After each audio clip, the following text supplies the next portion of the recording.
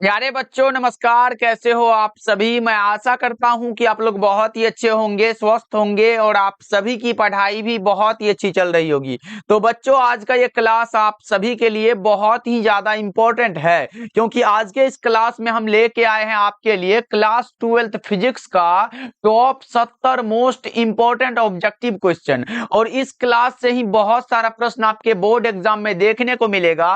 तो भाई मेरे आज के क्लास को बिल्कुल ध्यान से देखिएगा और आज के क्लास में दिए जाने वाले इन सारे प्रश्नों को आप लोग अच्छे से याद भी करते चलिएगा। ओके, चलिए फिर क्लास को स्टार्ट करते हैं। और पहला नंबर सवाल आपके सामने है, आपके फोन के स्क्रीन पर है, तो सारे बच्चे चैट सेक्शन में आंसर को लगाते भी चलिएगा। देखिए पहला नंबर सवाल जो पूछा जा रहा है वो आपके सामने है।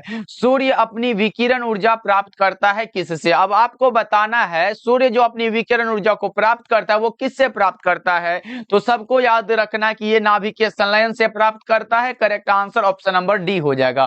ओके बच्चों, चलो आगे बढ़ते हैं। मात्र 70 ऑब्जेक्टिव इस क्लास में होगा, जो कि सारा का सारा बोर्ड लेवल का क्वेश्चन होगा। देखिए अब दूसरा नंबर सवाल पूछा जा रहा है आप लोगों से, ये रहा। टीवी प्रसारण के लिए जिस आवृत्ति परास का उपयोग होता है वो कौन सा होता है। टीवी प्रसारण के लिए पूछा गया ना बच्चा पार्टी, वो हमारा 30 से लेके 300 मेगाहर्ट्ज के बीच होता है। 30 से लेके 300 मेगाहर्ट्ज के बीच होता है बच्चों। Correct answer option number B हो जाएगा।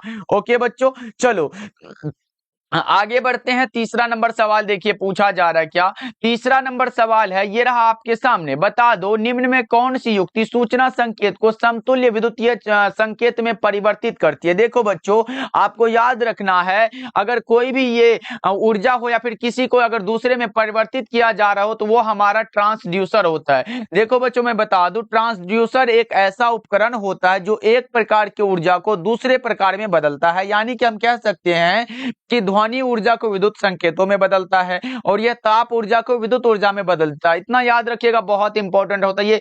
2 नंबर में भी पूछ देगा कि ट्रांसड्यूसर के 2 कार्यों को लिखो, तो याद रखोगे आप लोग। Correct answer option number C हो जाएगा। चलो आगे बढ़ते हैं। अगला नंबर सवाल देखो, 4th नंबर सवाल है आपके सामने।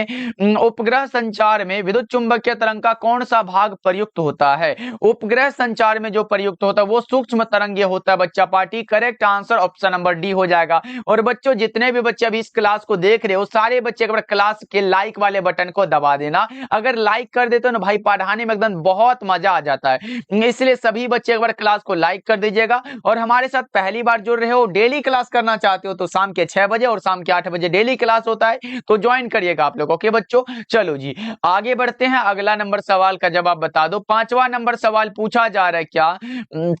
रेडियो एवं टेलीविजन प्रसारण में सूचना संकेत का कौन सा रूप होता है। रेडियो एवं टेलीविजन प्रसारण में जो सूचना संकेत का रूप होता है वो हमारा एनालॉग सिग्नल होता है। क्या होता है बच्चों, एनालॉग सिग्नल होता है। यानी कि लगातार बदलने वाले संकेत को एनालॉग सिग्नल कहते हैं, याद रखोगे आप लोग। चलो आगे बढ़ते हैं। अगला नंबर सवाल 6 नंबर सवाल है, दशमलव संख्या। ये भाई कितना बार बता चुके हैं। अगर 15 का द्विआधारी निकाले ला बोले ना तो यहाँ 15 लिख देना, उसके बाद 2 से भागा लगाते चला। देखो 2 से लगाए तो इसका आधा कितना हुआ, 7 दूना के 14, शेष कितना बचा, 1 लिख दो बगल में। फिर 2 से लगाओ, 3 दूना 6 हुआ, शेष 1 बचा, इधर लिख दो। फिर 2 से लगाओ, 2 एकम 2 और शेष 1 बचा। यानी कि 4 गो 1 किस में है बच्चों, सही जवाब ऑप्शन नंबर बी हो जाएगा। देख लो कितना आसान सा सवाल है, आप लोग निकाल सकते हो। वैसे आप लोगों के लिए अगर होमवर्क के लिए पूछे तो बच्चों आप लोग 25 का जो है निकाल के ये चैट सेक्शन में आप लोग आंसर को जरूर लगाइएगा। ये 25 का आप लोगों का होमवर्क के लिए ला बच्चों के। चलो आगे बढ़ते हैं। अगला नंबर सवाल 7 नंबर सवाल है आपके सामने। बता दो, ये रहा आपके सामने। शुद्ध जर्मेनियम में तीसरे ग्रुप के तत्व की सूक्ष्म मात्रा मिलाने पर किस प्रकार के अर्धचालक की रचना होती है। देखो बच्चों अगर आपको एन टाइप का अर्धचालक प्राप्त करना हो, कौन सा, एन टाइप का या फिर पी टाइप का, तो इतना याद रख लो, अगर पी टाइप का अर्धचालक प्राप्त करना हो तो ये हमारा पंच संयोजक नहीं होगा। पी टाइप में पंच संयोजक नहीं होता, बस इतना को याद रख लो। पी टाइप में होगा कौन सा सर, वो हमारा त्रिसंयोजी होता है। पी टाइप में त्रिसंयोजी होता है। यहां पे लिख लो बच्चा पार्टी, पी टाइप के लिए त्रिसंयोजी होता है, जबकि एन टाइप का प्राप्त करना हो तो वो हमारा होता है पंच संयोजी। याद रखना। अब देखो कौन सा ऑप्शन दिया गया है, देखो यहाँ पे दिया गया है शुद्ध जर्मेनियम में तीसरे ग्रुप के यानी कि त्रिसंयोजी को मिलाया गया है तो कौन सा पी टाइप का निर्माण होगा क्या बच्चा party? Correct answer option number B हो जाएगा। चलो जी आगे बढ़ते हैं, अगला नंबर सवाल का जवाब बता दो। 8 नंबर सवाल वही वाला सवाल पूछा गया, जब शुद्ध जर्मेनियम में पांचवे ग्रुप, अगर पांचवा ग्रुप यानी कि ये हमारा पी टाइप नहीं, पांचवा रहेगा तो पी टाइप बस याद रख लो नहीं होगा, हमारा एन टाइप का प्राप्त होगा। Correct answer option number A हो जाएगा। अगर त्रिसंयोजी मिलाते तो पी टाइप प्राप्त होगा, पंच संयोजी को मिलाते हैं तो एन टाइप का प्राप्त होता है। अर्धचालक याद रखोगे आप लोग। चलो आगे बढ़ते हैं बच्चों, अगला नंबर सवाल देखो। 9 नंबर सवाल पूछा जा रहा है, डायोड का उपयोग किसके तरह करते हैं? डायोड का जो उपयोग करते हैं बच्चों वो रेक्टिफायर की तरह करते हैं। किसके तरह बच्चा पार्टी? रेक्टिफायर की तरह। तो correct answer option number D हो जाएगा बच्चों के। ये सारा का सारा प्रश्न कहीं ना कहीं आपके बोर्ड एग्जाम में पूछा जा चुका है बच्चों, इसलिए इन सारे प्रश्नों को आप लोग एकदम अच्छे से ध्यान से देखिएगा। चलो आगे बढ़ते हैं, 10 नंबर सवाल का जवाब बता दो। 10 नंबर सवाल है, अर्धचालक में विद्युत चालकता का कारण क्या हो सकता है? अर्धचालक में विद्युत चालकता का कारण हमारा इलेक्ट्रॉन और छिद्र दोनों होता है, क्योंकि अगर एन टाइप का प्राप्त करना हो तो वो हमारा इलेक्ट्रॉन होता है और पी टाइप का प्राप्त करना हो तो ये हमारा होल होता है, इसीलिए हम कहेंगे सही जवाब ऑप्शन नंबर सी हो जाएगा। चलो आगे बढ़ते हैं, अगला नंबर सवाल देखो, ये रहा आपके सामने। दो या दो से अधिक नाभिकों के सम्मिलन को क्या कहते हैं? तो बच्चों कई बार हमने बता चुका है, अगर 2 नंबर में भी पूछे ना, 2 या 2 से अधिक नाभिकों के सम्मिलन को क्या कहते हैं? नाभिकीय संलयन कहते हैं बच्चा पार्टी। क्या कहते हैं? नाभिकीय संलयन। Correct answer option number A हो जाएगा 11 का। ओके बच्चों, चलो जी। और अगर बच्चों एक चीज और भी पूछा जाता है कि हाइड्रोजन बम किस पर आधारित होता है? ये हमारा नाभिकीय संलयन के घटना पर ही आधारित है। Correct answer option number A हो जाएगा। चलो 12 नंबर सवाल को देखते हैं, न्यूट्रॉन का द्रव्यमान करीब करीब किसके द्रव्यमान के बराबर होता है? पहले तो बच्चा पार्टी आपको न्यूट्रॉन का द्रव्यमान पता होगा तब ना, तो बच्चों यहाँ पे हम लिख दे रहे हैं, अगर न्यूट्रॉन का द्रव्यमान पूछे ना तो आप लोग लगाओगे 1.675 इंटू 10 टू दी पावर कितना होता है बच्चा पार्टी? जल्दी से लगा दो, वो होता है माइनस का 27 kg होता है। अब देखो ये हमारा किसके लिए है बच्चा पार्टी? न्यूट्रॉन के लिए पूछा गया है। न्यूट्रॉन का द्रव्यमान किसके द्रव्यमान के बराबर होगा ये पूछा गया आप लोगों से। तो आप लोगों को पता है क्या कि इलेक्ट्रॉन का जो द्रव्यमान होता है बच्चा पार्टी वो होता है 9.1 into 10 to the power minus 31 kg होता है। ये तो देख रहे हो बहुत का डिफरेंस है बच्चा पार्टी। अब यानी कि अब प्रोटॉन पे आते हैं बच्चा पार्टी, तो प्रोटॉन का कितना होता है? प्रोटॉन का होता है 1.673 into 10 to the power minus 27 kg होता है। उसके बाद तो बच्चा पार्टी आपको पता ही होगा कि फोटोन हमारा जो होता है ये इस पे कोई चार्ज नहीं होता, शून्य होता है। तो अब बता दो, देख रहे हो न्यूट्रॉन का द्रव्यमान ये है। अब ये दोनों में से देखो किसके साथ मतलब बहुत करीबी रिश्ता है, तो प्रोटॉन के साथ। Correct answer option number B हो जाएगा, यानी कि करीब करीब प्रोटॉन के द्रव्यमान के ये बराबर होता है। याद रहेगा ना बच्चों, बहुत ज्यादा इंपॉर्टेंट है। चलो आगे बढ़ते हैं, 13 नंबर सवाल पूछा जा रहा है, परमाणु के नाभिक में कौन सा रहेगा?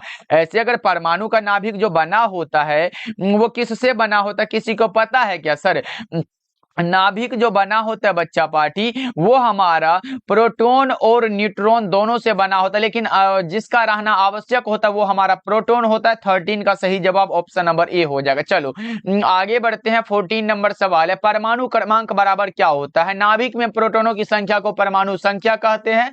सही जवाब ऑप्शन नंबर सी हो जाएगा। चलो 15 नंबर सवाल का जवाब जल्दी से बता दो बच्चा पार्टी, क्या होगा? द्रव्यमान ऊर्जा के समतुल्य है, इसके लिए सही संबंध क्या होगा? जल्दी से बता दो आप लोग। बहुत अच्छे बच्चों, देखो आइंस्टीन साहब का द्रव्यमान ऊर्जा समतुल्यता संबंध अगर आप लोगों ने पढ़ा होगा तो क्या था?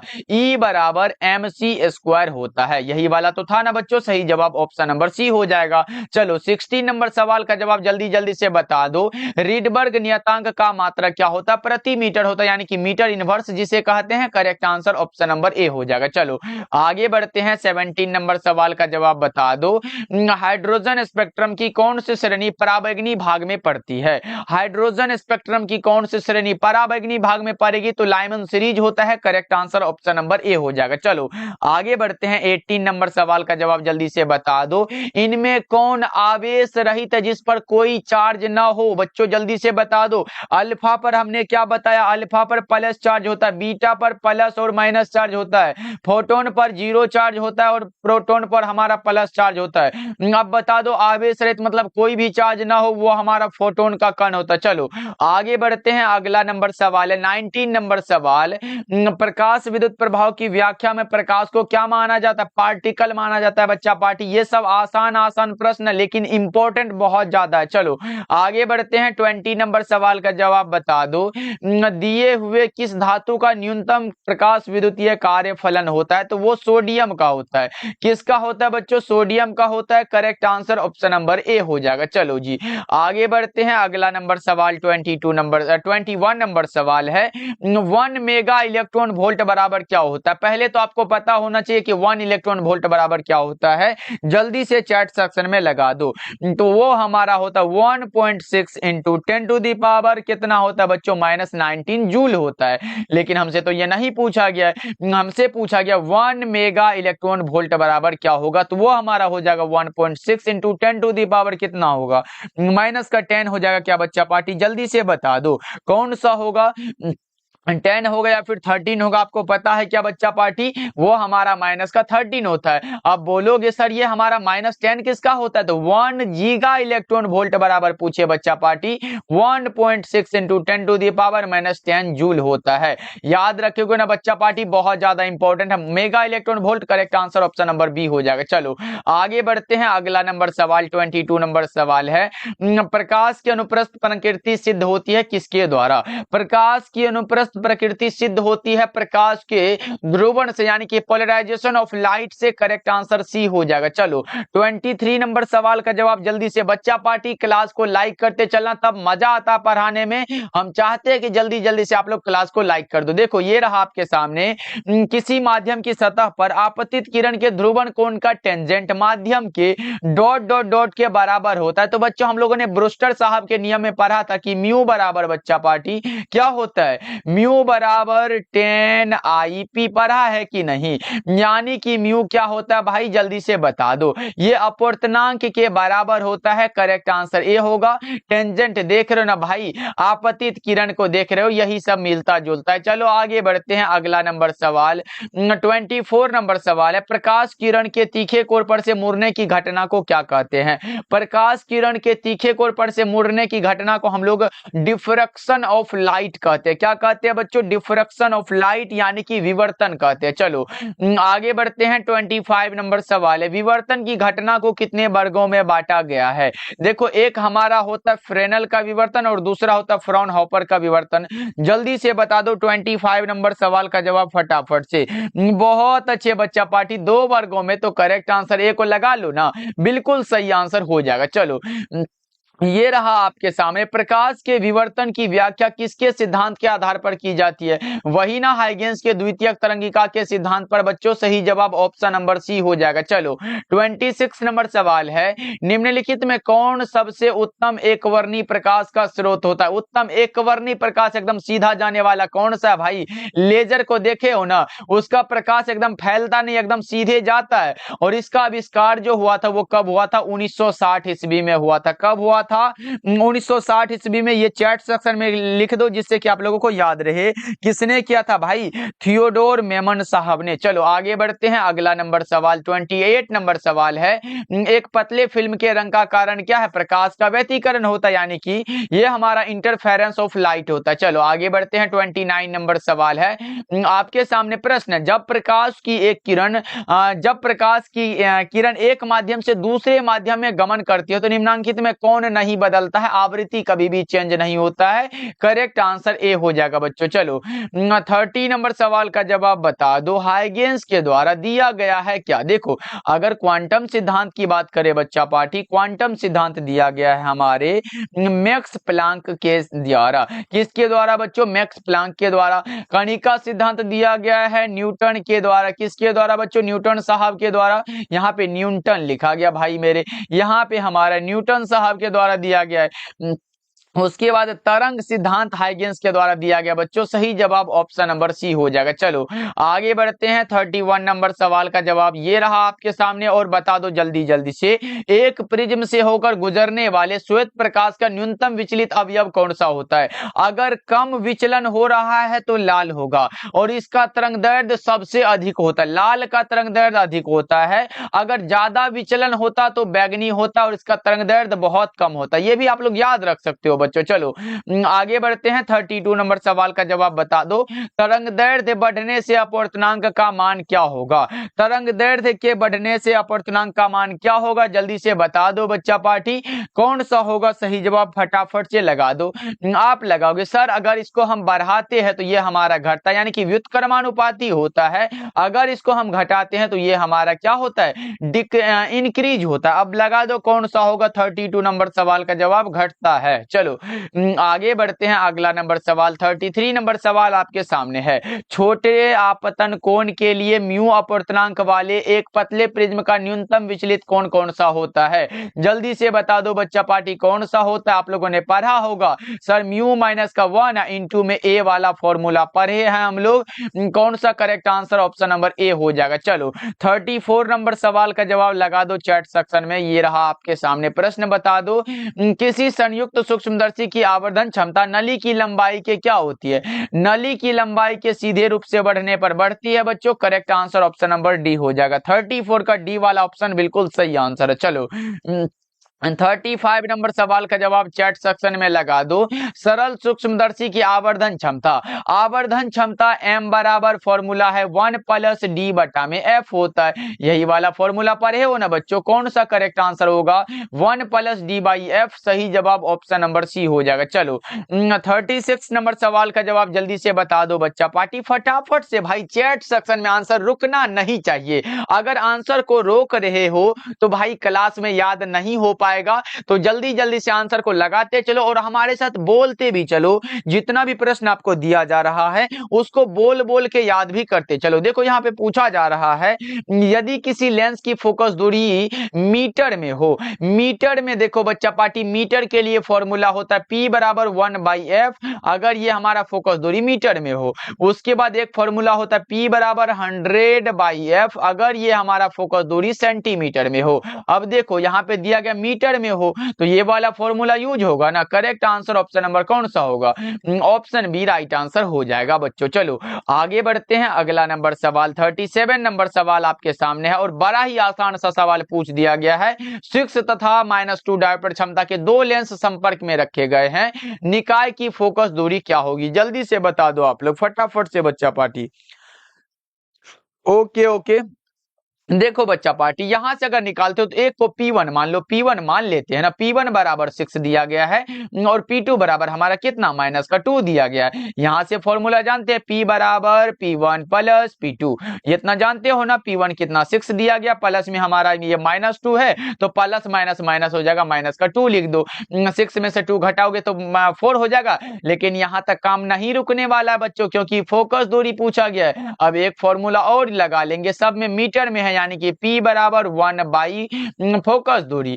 P बराबर 1 बाई फोकस दूरी, हमें फोकस दूरी निकालना है तो F बराबर लिखेंगे 1 बाई P, लेकिन P तो हमारा 4 दिया गया तो 4, यानी कि 1 रुपया है, 4 आदमी को देना है तो कितना बचेगा? 0.25 को हिस्सा होगा ना बच्चों। सही जवाब ऑप्शन नंबर बी हो जाएगा। चलो आगे बढ़ते हैं। 38 नंबर सवाल आपसे पूछा जा रहा है।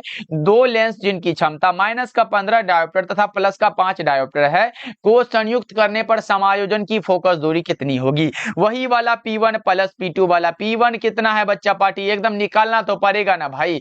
P1 हमारा -15 डायोप्टर है, P2 जो है हमारा +5 डायोप्टर है। इतना तो दिया गया है। अब फॉर्मूला यूज करो, P बराबर P1 प्लस P2। यहां से निकल जाएगा क्या बच्चों? देखो P1 कितना? -15 दिया गया डायोप्टर, उसके बाद प्लस में 5, यानी कि हमारा -10 डायोप्टर, ये हमारा तो P निकल गया। लेकिन फोकस दूरी पूछा गया तो P बराबर लिखेंगे 100 बाई फोकस दूरी, क्योंकि सारा का सारा सेंटीमीटर में दिखाई दे रहा है सर। अब हम लिखेंगे P निकालना है ना भाई, F निकालना है, तो F बराबर लिखेंगे 100 बाई P, लेकिन P तो हमारा माइनस का 10 दिया गया है, तो माइनस को ऊपर भेज दो और 10 को नीचे, 10 दहिन के 100 होता है, हमारा बचा 10 सेंटीमीटर। क्या बचा बच्चों? माइनस लगा है, माइनस लगाओ 10 का सेंटीमीटर। कौन सा ऑप्शन में दिया गया? सही जवाब ऑप्शन नंबर बी हो जाएगा। चलो आगे बढ़ते हैं। 39 नंबर सवाल का जवाब बता दो। वस्तु से छोटा आभासी प्रतिबिंब निम्नांकित में किस दर्पण से प्राप्त होता है? वस्तु से छोटा है, इसका मतलब वो उत्तल दर्पण होगा। किससे बच्चों?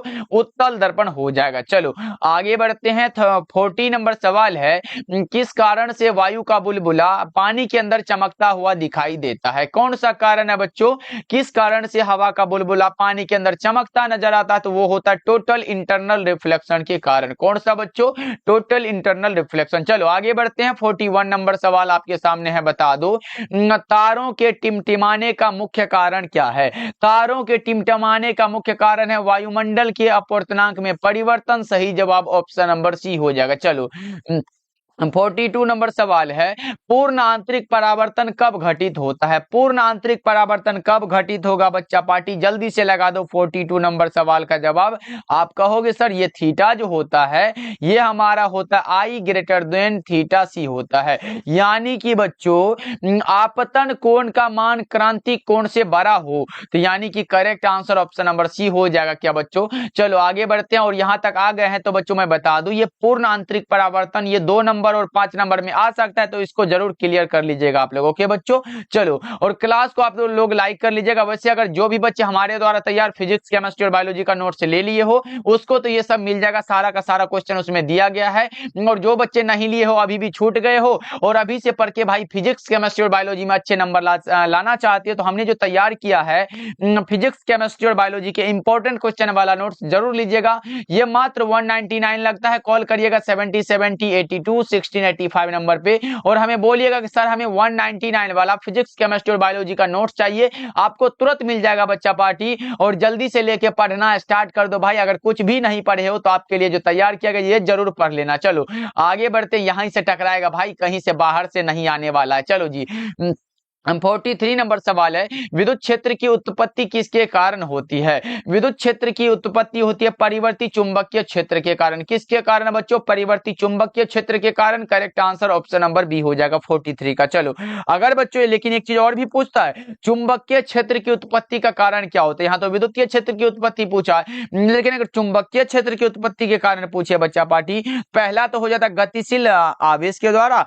और दूसरा होता है परिवर्ती विद्युत क्षेत्र के द्वारा। चलो आगे बढ़ते हैं, अगला नंबर सवाल है आपके सामने 44 नंबर सवाल है, बेतारी तार संचार का आविष्कारक कौन है? जल्दी से बताओ भाई। मार्कोनी साहब हैं। सही जवाब ऑप्शन नंबर सी हो जाएगा। चलो 45 नंबर सवाल है, निम्नलिखित में कौन सबसे अधिक आवृत्ति की विद्युत चुंबकीय तरंग है? सबसे अधिक आवृत्ति की विद्युत चुंबकीय तरंग जो होता है वो गामा रेज होता है। कौन सा बच्चों? Gamma Kiran. Correct answer A हो जाएगा। चलो आगे बढ़ते हैं बच्चों 46 नंबर सवाल है, विषुवत रेखा पर नमन कोण का मान कितना होता है? अगर विषुवत रेखा रहे 0 डिग्री लगा के आएंगे ना बच्चों। सही जवाब ऑप्शन नंबर ए हो जाएगा। चलो आगे बढ़ते हैं 47 नंबर सवाल है, एक लौह चुंबकीय पदार्थ की चुंबकशीलता म्यू क्या होती है? तो बच्चों जैसा कि आप लोगों को पता होगा लौह चुंबकीय पदार्थ की चुंबकशीलता सबसे अधिक होती है, तो आपको याद रखना है। इसीलिए क्या होता है, इसकी चुंबकशीलता म्यू का मान जो होता है वो 1 से कम होती है। जल्दी से लगा दो कौन सा होगा। Mu is greater than 1। Correct answer option number A हो जाएगा। चलो आगे बढ़ते हैं 48 नंबर सवाल है, प्लेटिनम की चुंबकीय प्रवृत्ति। चुंबकीय प्रवृत्ति को हम लोग XM के द्वारा दर्शाते हैं। XM बराबर कितना दिया गया है? 0.0001 दिया गया। ये तो सर हमारा दिया गया है, लेकिन हमें चुंबकशीलता यानी कि म्यू आर पूछा गया है। तो म्यू आर बराबर फॉर्मूला जानते हैं कि 1 प्लस XM होता है।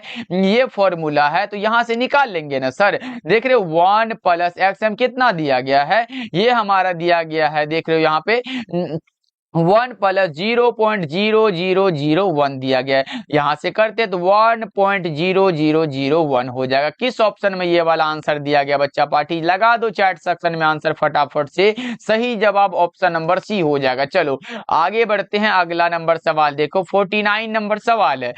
चुंबकीय नमन का मान शून्य कब होता है? चुंबकीय निरक्ष पर। कब होता है बच्चों? चुंबकीय निरक्ष पर। करेक्ट आंसर ए हो जाएगा 50 नंबर सवाल का जवाब। चलो 51 नंबर सवाल है, कोबाल्ट क्या होता है? लोहा आए, कोबाल्ट आए, निकेल आए, ये सारे के सारे लौह चुंबकीय होते हैं। सही जवाब ऑप्शन नंबर सी हो जाएगा बच्चों। चलो 51 नंबर सवाल का जवाब बता दो, चुंबकीय तीव्रता का मात्रक क्या होता है? चुंबकीय तीव्रता आपके सामने है। चुंबकीय तीव्रता की बात करें तो बच्चों यह एक प्रकार का सदिश राशि होता है, इसका मात्रक एम्पियर प्रति मीटर होता है। सही जवाब ऑप्शन नंबर बी हो जाएगा। चलो आगे बढ़ते हैं, 52 नंबर सवाल पूछा जा रहा है, क्या निम्नलिखित में किसका अस्तित्व नहीं होता है? अस्तित्व जिसका नहीं होता वो होता है एकल चुंबकीय ध्रुव का। कौन सा बच्चों? एकल चुंबकीय ध्रुव का। 52 नंबर सवाल का जवाब करेक्ट आंसर बी हो जाएगा। चलो आगे बढ़ते हैं, 53 नंबर सवाल का जवाब बता दो आप लोग क्या होगा?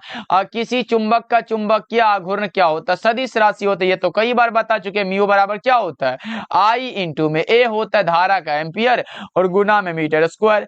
इसका मात्रक ही हमारा ये निकल गया बच्चों। चलो आगे बढ़ते हैं, 54 नंबर सवाल आपके सामने, डायनेमो के कार्य का सिद्धांत किस पर आधारित होता है? विद्युत चुंबकीय प्रेरण पर। सही जवाब ऑप्शन नंबर बी हो जाएगा। चलो 55 नंबर सवाल है, वह यंत्र जो यांत्रिक ऊर्जा को विद्युत ऊर्जा में बदलता है उसे क्या कहा जाता है? यांत्रिक ऊर्जा को विद्युत ऊर्जा में बदला जा रहा है, इसका मतलब वो डायनेमो होगा। अगर विद्युत ऊर्जा को यांत्रिक ऊर्जा में कन्वर्ट करता तो वो हमारा मोटर हो जाता है बच्चों। चलो आगे बढ़ते हैं, 56 नंबर सवाल पूछा जा रहा है, क्या प्रेरकत्व का ऐसा मात्रक क्या होता है? प्रेरकत्व का मात्रक हेनरी होता है। स्वप्रेरकत्व रहे, प्रेरकत्व रहे, दोनों का हेनरी ही होता है बच्चों। चलो आगे बढ़ते हैं, अगला नंबर सवाल 57 नंबर सवाल है कि विद्युत चुंबकीय प्रेरण की घटना में प्रेरित धारा की दिशा किस नियम से ज्ञात होती है? लेंज के नियम से। किसके नियम से बच्चों? लेंज के नियम, जो कि ऊर्जा संरक्षण से ये आधारित होते हैं। चलो आगे बढ़ते हैं, 58 नंबर सवाल पूछा जा रहा है, क्या गैल्वेनोमीटर एक विद्युतीय यंत्र है जिसकी मदद से क्या मापा जाता है? गैल्वेनोमीटर की मदद से धारा को माप सकते हैं बच्चों। सही जवाब ऑप्शन नंबर बी हो जाएगा। चलो आगे बढ़ते हैं, 59 नंबर सवाल पूछा जा रहा है, क्या निम्नलिखित में किसका प्रतिरोध शून्य होता है? देखो अगर एमीटर का प्रतिरोध पूछे तो बहुत कम होता है, आदर्श एमीटर का बच्चा पार्टी पूछे तो शून्य होता है, उसके बाद आदर्श वोल्टमीटर का पूछे तो अनंत होता है। तो कौन सा होगा? शून्य वाला पूछा गया ना। सही जवाब ऑप्शन नंबर बी हो जाएगा। चलो बच्चों आगे बढ़ते हैं, 60 नंबर सवाल पूछा जा रहा है, जब किसी एमीटर को शंट किया जाता है तो इसकी माप सीमा क्या होगी? जब किसी भी एमीटर को शंट करते हैं बच्चों तो इसकी माप सीमा सीधे रूप से बढ़ती है, डिक्रीज इंक्रीज होती है। Correct answer option number A हो जाएगा। चलो आगे बढ़ते हैं बच्चों, 61 नंबर सवाल है, अवशोषित विद्युत ऊर्जा विभवांतर के वर्ग के समानुपाती होती है।